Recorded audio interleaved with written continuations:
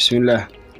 Household items shayada guriga laga helo window, door, television, lamp, plug, curtains, tap, cup, mirror, plate.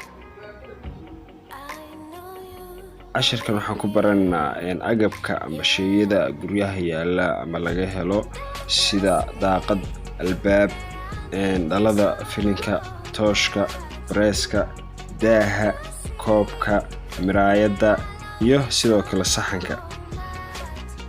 Window, daaqad, door, albaab, television, dhalo amba TV, lamp, toosh amba nal, plug waa breeska madaxiisa hore meesha oo breeska fishka la gelinayo, curtains daahyo, tap tubada oo biyaha, cup waa koobka shaaha lagu cabo bunka, mirror muraayada, plate saxanka.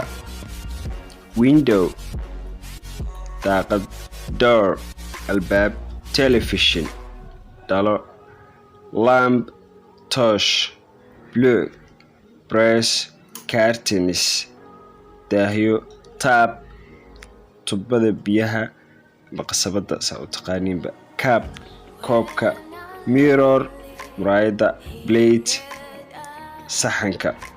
insha Allah casharka noo socon doonaa ereyada muhiimka asaasiga ahna oo ku soo qaadan doona hadduu Ilaahay yiraahdo. waa ku mahadsantahay daawashadaada iyo la socodkaaga casharka. Thank you.